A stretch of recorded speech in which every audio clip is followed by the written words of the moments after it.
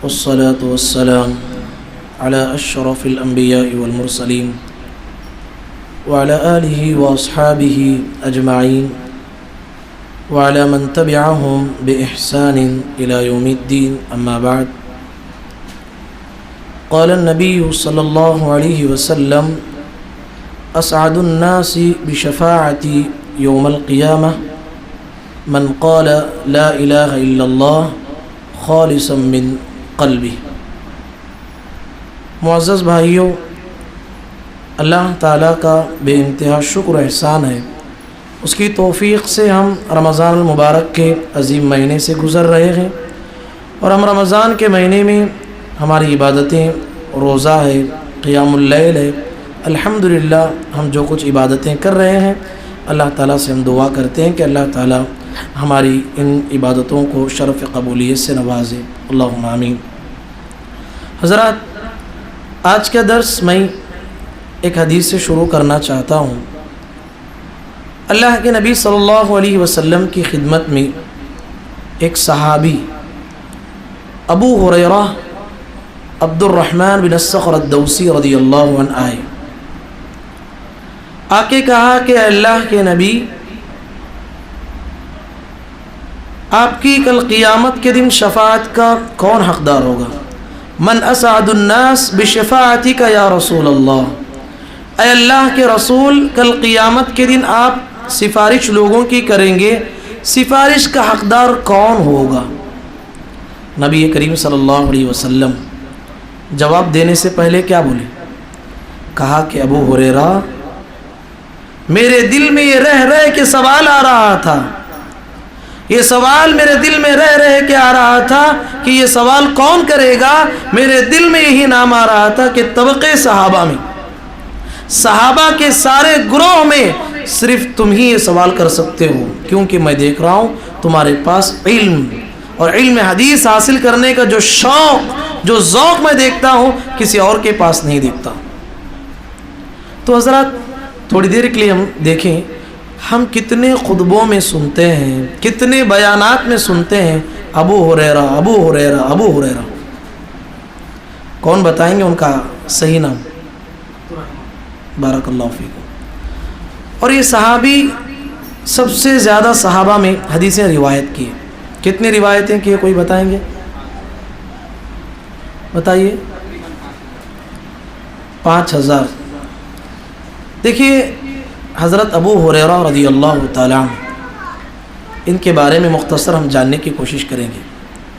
ان کا نام عبد الرحمن بن الصخر، ان کے والد کا نام صخر تھا، الدوسی، یعنی قبیلے دوس کے رہنے والے تھے۔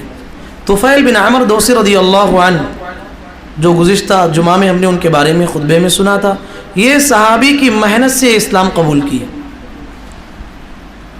تو ان کے پاس ایک بلی تھی، عربی زبان میں ہریرہ کہتے ہیں چھوٹی بلی کو۔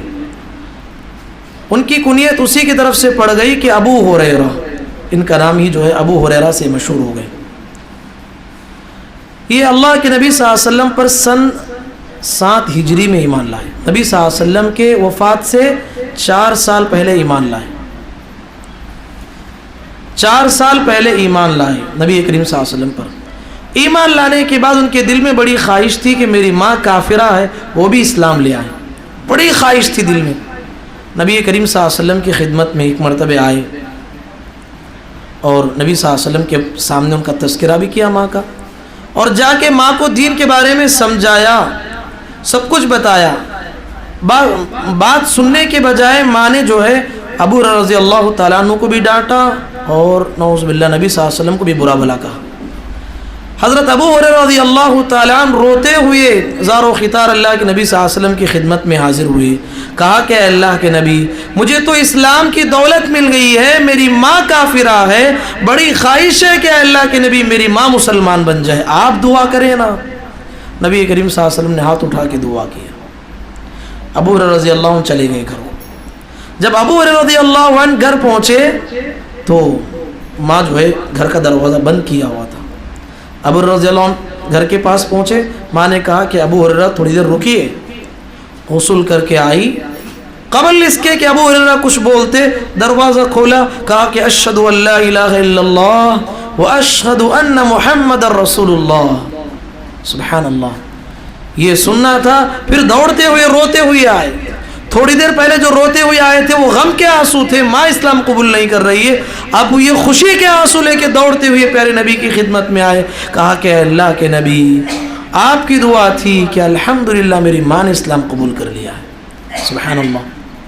اس کے بعد نبی کریم صلی اللہ علیہ وسلم سے دعا کروائی کہ جو بھی آدمی ابو ہریرہ رضی اللہ عنہ اور ان کے ماں کے حق میں دعا کرے گا اللہ اسے معاف کرے گا. اللہم اغفر لأبی ہریرہ ولأمہ ولمن دعا لہما وفی روایت ولمن استغفر لہما. کہا کہ اے اللہ ابو ہریرہ اور اس کی ماں کو معاف فرما، اور جو بھی دنیا میں ابو ہریرہ اور اس کی ماں کے حق میں دعا کرے گا اسے بھی معاف فرما. اللہ اکبر. کتنی پیاری دعا ہے. اسلاف دعا کیا کرتے تھے. اسی لیے آپ دیکھیں گے ہمیں ہر صحابی سے محبت ہے اور ہمارے دلوں میں کوٹ کوٹ کے صحابہ کی محبت ہے، لیکن آپ دیکھیے ابو ہریرہ رضی اللہ عنہ کی جو ہے محبت ہمارے دلوں میں ایک الگ سے ایک گوشہ ہی ہے.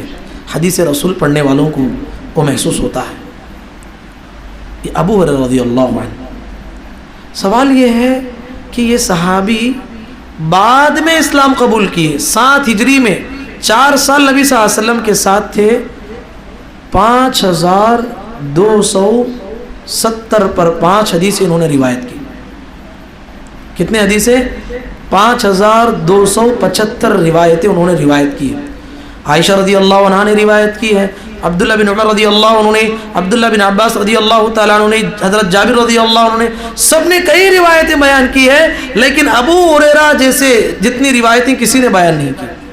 اب سوال یہ ہے کہ 4 سال پیارے نبی کی خدمت میں تھے، اتنی حدیثیں کیسے روایت کی؟ 2 وجوہات ہیں. میں تفصیلاً اس لیے ابو ہریرہ رضی اللہ عنہ کی زندگی کے بارے میں آپ کے سامنے رکھ رہا ہوں. ہم بے شمار خطبوں میں سنتے ہیں ابو ہریرہ رضی اللہ تعالیٰ عنہ کا نام، ان کی زندگی، جب بھی ان کا نام آئے ان کی سوانح حیات ہمارے ذہن میں آنا چاہیے. مستشرقین میں بہت سارے لوگ اعتراض بھی کرتے ہیں 4 سال تھے اتنی حدیثیں کیسے روایت کی؟ 2 وجوہات. پہلی وجہ یہ تھی کہ ابو ہریرہ رضی اللہ عنہ نبی صلی اللہ علیہ وسلم کے جزو لا ینفق بن گئے. اسلام لانے کے بعد نبی صلی اللہ علیہ وسلم کے بازو میں ہی تھے، نہ کھانا نہ پینا، کاروبار تجارت سب چھوڑ دیے تھے، نبی صلی اللہ علیہ وسلم کے بازو میں تھے. مسجد نبوی میں ایک چبوترا تھا جسے صفہ کا چبوترا کہتے تھے. اس میں جو ہے 70 سے زائد صحابہ جس کا گھر بار نہیں، کاروبار نہیں، کچھ نہیں، وہ لوگ وہاں کے جمع ہوتے تھے. اس کے لیڈر تھے ابو ہریرہ رضی اللہ عنہ. نبی صلی اللہ علیہ وسلم کے ہمیشہ بازو میں رہتے تھے. ایک دن کا واقعہ وہ خود بیان کرتے ہیں کہ میرے انصاری صحابہ جو ہے یہ جو ہے کاشتکاری کرنے والے، یہ صبح ہوتے ہی جو ہے کاشتکاری کے لیے جو ہے کھیتوں کو چلے جاتے تھے. یہ مہاجر صحابہ، بزنس اور تجارت کرنے والے صحابہ، یہ سب چلے جاتے تھے. رہا میں اکیلا پیارے نبی کی خدمت میں رہتا تھا. ایک مرتبہ کا واقعہ بیان کرتے ہیں کہ ایک مرتبہ وہ بھوک سے اتنا نڈھال ہو گئے کہ زمین پہ بیٹھ گئے، اٹھنے نہیں جا رہا ہے. کئی صحابہ وہاں سے گزرتے، کئی صحابہ سے ایک علمی سوال کرتے، ہو اس لیے سوال کرتے کہ لوگ میری صورت کو دیکھے تو مجھے کچھ کھانا ہے تو لا کو دے. لوگ جواب دیتے لیکن ان کے مسئلے کو نہیں سمجھتے تھے. تھوڑی دیر کے بعد محمد رسول اللہ صلی اللہ علیہ وسلم ان کے پاس آئے. نبی صلی اللہ علیہ وسلم ابو ہریرہ رضی اللہ عنہ کے چہرے کو دیکھتے ہی پہچان لیا کہ بھوک کے مارے جو ہے پریشان ہے. ان کو بلا کے امہات المؤمنین کے گھر لے کے گئے. کہا کہ بتاؤ گھر میں کچھ کھانے کے لیے ہے؟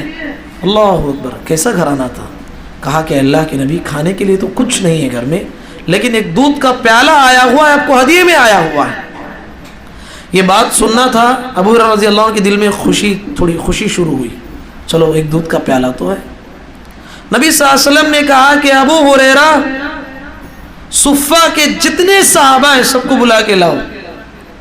ابو ہریرہ رضی اللہ عنہ نے کہا اللہ کے نبی ہے سو ایک پیالہ اور اس میں جو اتنے صحابہ کو بلا رہے، بس حکم تھا. چلے گئے، سارے صحابہ کو بلا کے لائے. نبی کریم صلی اللہ علیہ وسلم نے کہا کہ ابو ہریرہ اس پیالے کو لو اور سارے صحابہ کو باری باری دیتے آؤ. سارے صحابہ سیر ہو کے پیے اس دودھ کو. ایک پیالے دودھ میں انہوں نے سیر ہو کے پیا.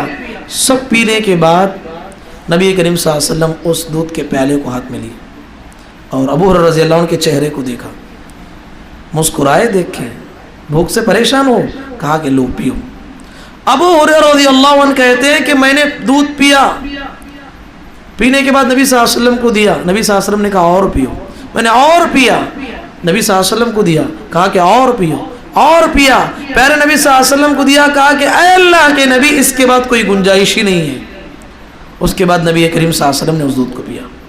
اس واقعے سے یہ بات معلوم ہوتی ہے کہ حضرت ابو ہریرہ رضی اللہ عنہ کی بھوک جو ہے, جس کے ذریعے سے نبی صلی اللہ علیہ وسلم کا ایک معجزے کا ظہور ہوا. کیا تھا یہ؟ نبی صلی اللہ علیہ وسلم کا معجزہ تھا. بسا اوقات غذا کم ہوتی, نبی صلی اللہ علیہ وسلم کا معجزے کی وجہ سے جو ہے اس میں برکت اتنی آتی کہ سارے لوگوں کے لیے کفایت ہو جاتا. ایسے بے شمار واقعات آپ دیکھیں گے. تو یہ واقعہ بھی جو ہوا, ابو ہریرہ رضی اللہ عنہ نبی صلی اللہ علیہ وسلم کے بازو میں رہنے کی وجہ سے جو ہے اتنا قریب نبی صلی اللہ علیہ وسلم کے رہا کرتے تھے, ایک وجہ.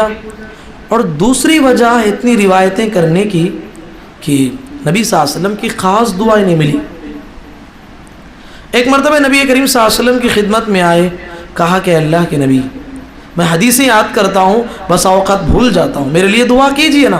نبی کریم صلی اللہ علیہ وسلم نے کہا کہ ابو ہریرہ دامن کو پھیلاؤ, دامن پھیلاؤ, چادر پھیلائے. نبی کریم صلی اللہ علیہ وسلم نے ان کے حافظے کے لیے دعائیں کی. پھر کہا کہ دامن کو سمیٹ لو. حضرت ابو ہریرہ رضی اللہ تعالیٰ عنہ اس کو جو ہے سمیٹ کے اپنے سینے سے لگا لیا. اس کے بعد کہتے ہیں کہ میں نے اس کے بعد جتنے حدیثیں یاد کی ہیں, ایک حدیث کو بھی میں نے کبھی بھولا ہی نہیں. پتھر کی لکیر کی طرح وہ حدیثیں میرے ذہن میں ایسے ہی بیٹھ گئی. سبحان اللہ, اتنی روایتیں ایسے ہی انہیں یاد تھیں.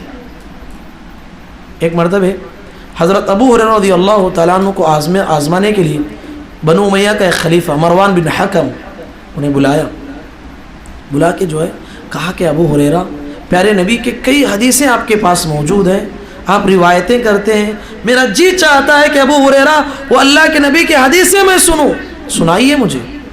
تو ابو ہریرہ رضی اللہ عنہ احادیث شروع کرنے لگے, سنانے لگے. اپنے تخت کے پیچھے کاتب کو بیٹھا دیا, وہ جتنے حدیثیں پڑھتے ہیں سب لکھ لو, ایسے ہی لکھ لو. سارے لوگوں نے جو ہے چھپ کے سارے حدیثیں لکھ لی. پھر ٹھیک 1 سال کے گزرنے کے بعد پھر ابو ہریرہ رضی اللہ عنہ کو مروان بلایا, کہا کہ ابو ہریرہ ٹھیک آج سے 1 سال پہلے تم نے مجھے حدیثیں سنائی تھی اور وہ پیارے نبی کے بہت پیارے حدیثیں تھی, پھر سے وہی حدیثیں سنائیے نا. پھر حضرت ابو ہریرہ رضی اللہ عنہ پورے حدیثیں سنائے, ہو بہو سنائے. وہاں سے کاتب باہر آ کے کہا کہ اے مروان, اللہ کی قسم کھا کے کہتا ہوں آج سے 1 سال پہلے ابو ہریرہ نے جو روایتیں پڑھی تھی ویسے کی ویسے پڑھی ہے, اس میں نہ ایک نقطے کا اضافہ ہے نہ ایک نقطے کی کمی ہے. سبحان اللہ, یہ پیارے نبی کی دعا انہیں ملی ہوئی تھی. تو بات سمجھ میں آئی. ابو ہریرہ رضی اللہ عنہ یہ وہ صحابی ہیں, پیارے نبی کے ساتھ 4 سال تھے, لیکن بکثرت روایتیں ان کے موجود ہیں. اس کے 2 وجوہات تھے. پہلی وجہ یہ تھی کہ نبی صلی اللہ علیہ وسلم کے پاس ہمیشہ رہا کرتے تھے, کوئی کاروبار نہیں, کوئی تجارت نہیں, کوئی مال نہیں, کھانے کی بھی فکر نہیں کرتے تھے, لگے رہتے تھے نبی صلی اللہ علیہ وسلم سے. ایک بات. دوسری بات, نبی صلی اللہ علیہ وسلم کی خصوصی دعائیں ملی ہوئی تھی اور احادیث رسول پہ بھی جو ہے وہ عمل کیا کرتے تھے. علم لینا کا مال نہیں, اس پر عمل کرنا بہت بڑی بات ہے. وہ خود کہتے ہیں ایک حدیث, اوصانی خلیلی بثلاث, یہ نہیں کہا کہ میرے محمد صلی اللہ علیہ وسلم نے کہا نہیں, اوصانی خلیلی بثلاث لا ادعہن حتی اموت. میرے خلیل, میرے حبیب, میرے جگری دوست نے مجھے 3 باتوں کی وصیت کی. کیا وصیت کی؟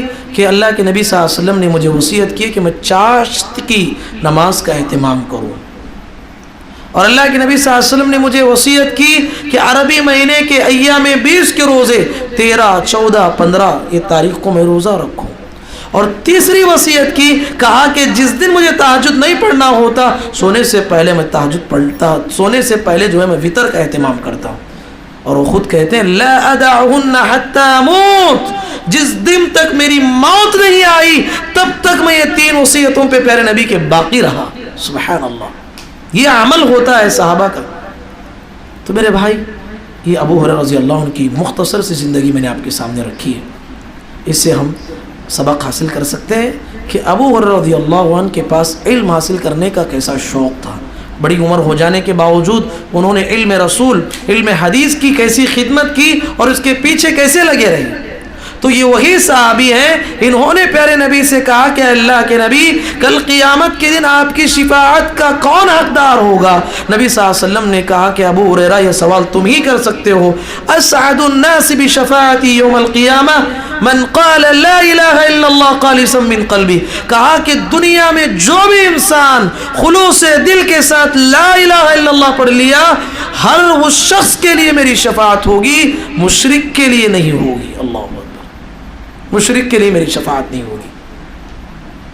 تو توحید یہ بہت بڑی نعمت ہے. شرک کے بدترین دروازوں میں سے ایک بدترین دروازہ جو ہمارے معاشرے میں ہے وہ جو ہے قبر پرستی کا فتنہ ہے. اللہ کے نبی صلی اللہ علیہ وسلم کی وفات کے وقت آخری لمحات ہیں، اللہ کے نبی صلی اللہ علیہ وسلم کچھ بول رہے ہیں. عائشہ رضی اللہ تعالی عنہ پیارے نبی کے منہ کے پاس کان لے گئی. نبی صلی اللہ علیہ وسلم کہہ رہے تھے لعنت اللہ علی الیہود والنصارى اتخذوا قبور انبیائہم مساجدا. کہا کہ اللہ کی لعنت ہے یہودیوں کے اوپر، اللہ کی لعنت ہے نصارہ پر کہ انہوں نے انبیاء کی قبروں کو سجدہ گاہ بنا لیا. اللہ اکبر. آج اس امت میں آپ دیکھیے مزار پرستی کا فتنہ دیکھیے. شرک کے جتنے قسمیں ہیں یہ مزار پرستی میں ہوتی ہیں. مزاروں کے پاس جائیے، لوگ پختی خبر بناتے ہیں، اس پہ جو عمارتیں بناتے ہیں، قبے بناتے ہیں، اس پہ چادریں چڑھاتی ہیں اور اس پہ جو ہے نظر و نیاز، اللہ اکبر، کیا کیا منتیں لوگ وہاں مانگتے ہیں. اللہ کے نبی صلی اللہ علیہ وسلم نے منع کیا ہے کہ پختی خبر بنائیں. آپ آج بھی جا کے دیکھیں جنت البقیع کو، جہاں 10,000 سے زائد صحابہ مدفن ہیں، آج بھی جو ہے وہی سادی قبریں وہاں موجود ہیں. اللہ کے بندو، اللہ کے نبی صلی اللہ علیہ وسلم نے فرمایا 3 مسجدوں کو ہی ثواب کی نیت سے جا سکتے ہیں، اس کے علاوہ کہیں بھی ثواب کی نیت سے نہیں جا سکتے.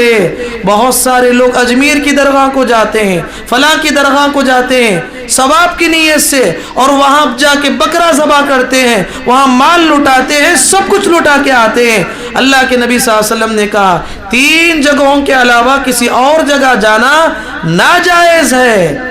نبی صلی اللہ علیہ وسلم نے فرمایا مسجد الحرام، مسجد حرام کعبۃ اللہ کے پاس، اور اسی طریقے سے مسجد نبوی، اور تیسرا مسجد اقصی. یہ 3 مسجدیں، یہ 3 مسجدوں کے علاوہ کسی اور مسجد کو جو ہے کسی اور جگہ کو ثواب کی نیت سے آپ جو ہے سفر نہیں کر سکتے. آپ کو پتا ہے مسجد حرام کعبۃ اللہ میں نماز پڑھنے سے کتنے نمازوں کا ثواب ملتا ہے؟ فرض نماز سبحان اللہ 1,00,000 نماز. یہ کس کے لیے؟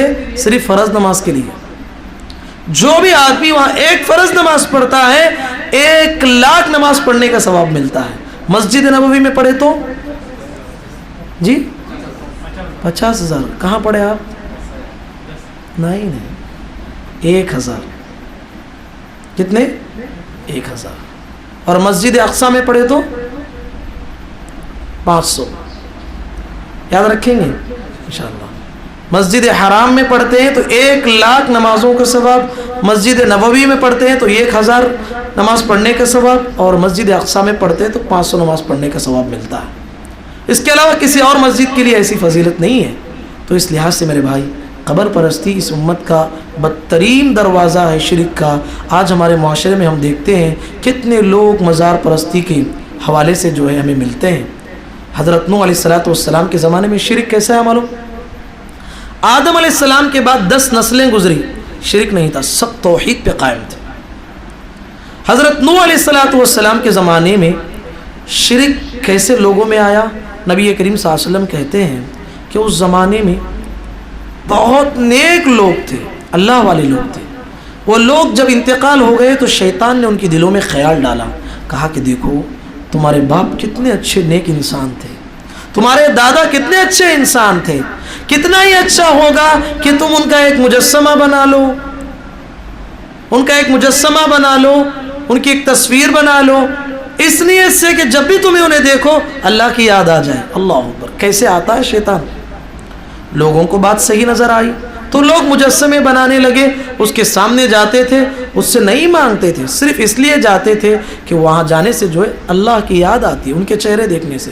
اب پھر جب یہ نسل ختم ہو گئی تو اس کے بعد کی نسل میں شیطان نے یہ خیال ڈالا کہ تمہارے ماں باپ جو ان سے مانگتے تھے تو یہ نسلیں جو ہے پھر ان سے مانگنے لگی، یہاں سے شرک کے دروازے کھلنے لگے اور یہ جو ہے مزار پرستی کا فتنہ وہاں سے پھیلنے لگا۔ تو یاد رکھیے اس طریقے سے شیطان انسانوں کو گمراہ کرتا ہے۔ شرک کا بدترین دروازہ یہ مزار پرستی ہے۔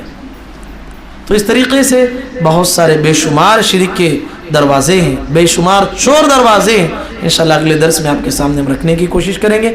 اللہ تعالیٰ سے دعا ہے اللہ تعالیٰ کہنے والے اور سننے والوں کو، پروردگار ہم تمام کو محمد الرسول اللہ صلی اللہ علیہ وسلم کے بتائے ہوئے طریقے کے مطابق ہمیں زندگی گزارنے کی توفیق نصیب فرما۔ پروردگار ہم تمام کو جو کچھ باتیں ہم سنتے ہیں اس پہ عمل کرنے کی توفیق نصیب فرما۔ پروردگار توحید پر ہمیں قائم رہنے کی توفیق نصیب فرما اور ہمیں جنت الفردوس نصیب فرما۔ اللہم آمین وآخر دعوانا الحمدللہ رب العالمین۔ سبحانک اللہم وبحمدک اشہد ان لا الہ الا انت استغفرک واتوب الیک۔